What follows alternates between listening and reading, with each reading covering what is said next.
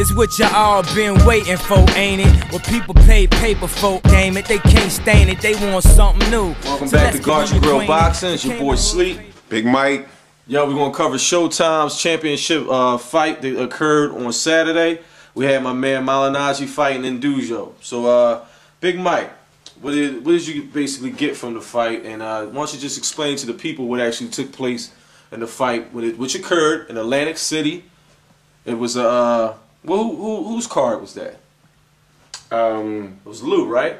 Yeah. That was a Lou card. You had Right. Chaz Witherspoon on the undercard. Right. And what did you actually get from the fight? Well, it was definitely Paulie's toughest fight I've seen since the Cotto fight. Paulie started off very strong, first 2 rounds, very strong. And then Ngoudjo came in and he touched him a little bit in the 3rd round and it progressed. And he seemed to take over the fight until the 7th round. He seemed like he had Paulie hurt. Mm-hmm. There was a cut on Paulie's right eye from an accidental headbutt, but he tenderized that eye a bit with those right hands. So Paulie seemed to get in trouble, and then he seemed to pull it out towards the end. I had the fight either a draw or leaning more towards Ngoudjo at the end, but it was a unanimous decision for Paulie. Yo, Mike, I had Ngoudjo winning the fight, you know, by, I'm not going to say a super significant margin, but one thing we got to, like, far as Paulie Malignaggi, I always thought that I'm not going to, nowhere near going to put him in the category of Jeff Lacey, like recovering from a car accident like he did with my man over in Germany. No, I agree. But the Cotto fight may have caused some significant damage to this man's career.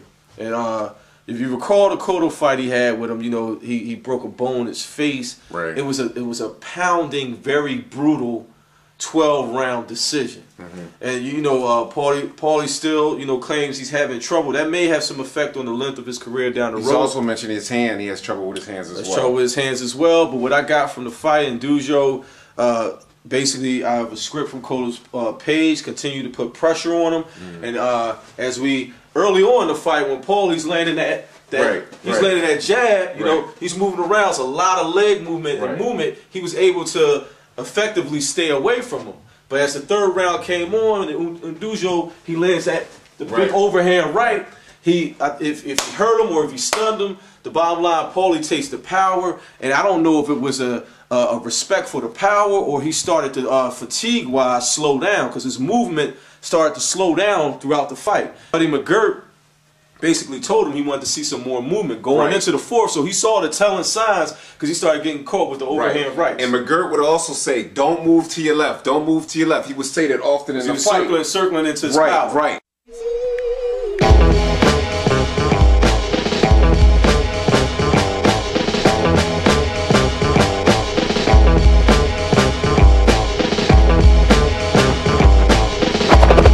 Where we at, son, my man set up. Where we at?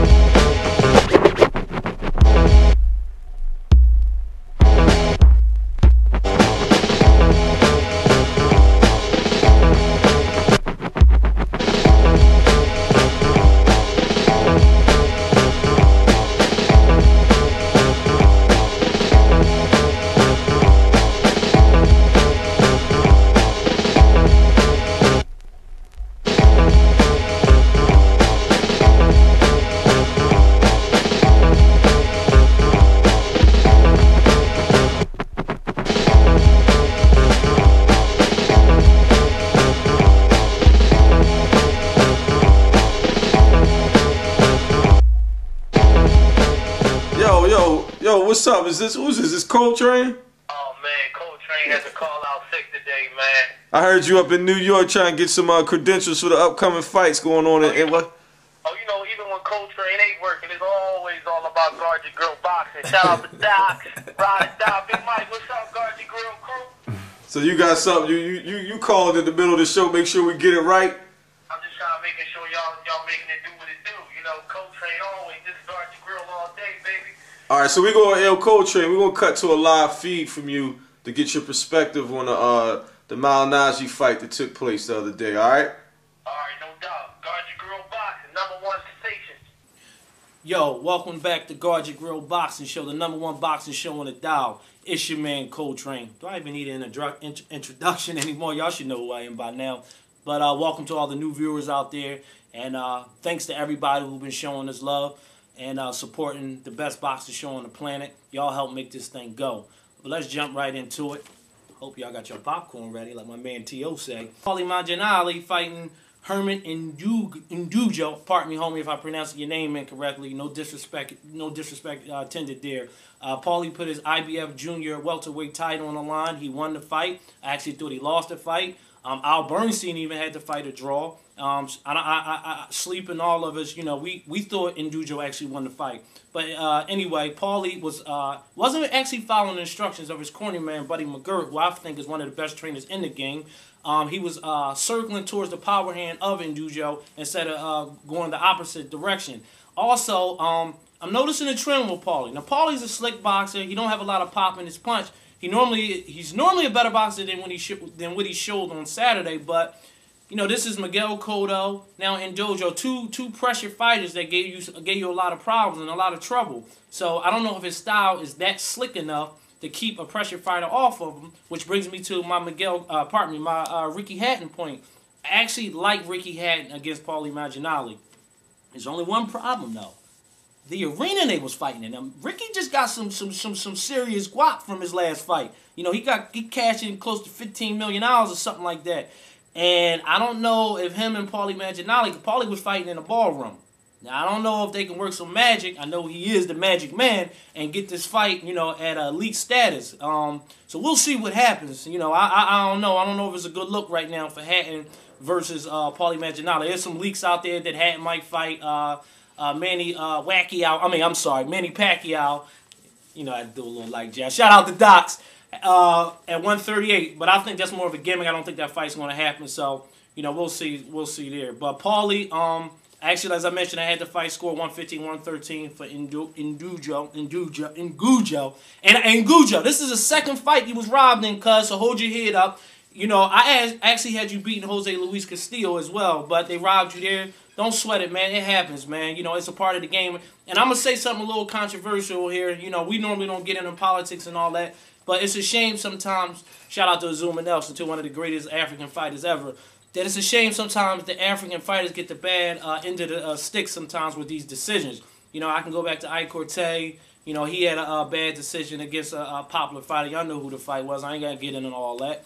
But, you know, it's something boxing definitely needs to take a look at. So, yo, this your man Coltrane. This is Guard Your Grill Boxing. I'll be right back with the second half of my segment. Got another call in from another one of our colleagues from GYGB. Just lost with it. It's Ride or Die.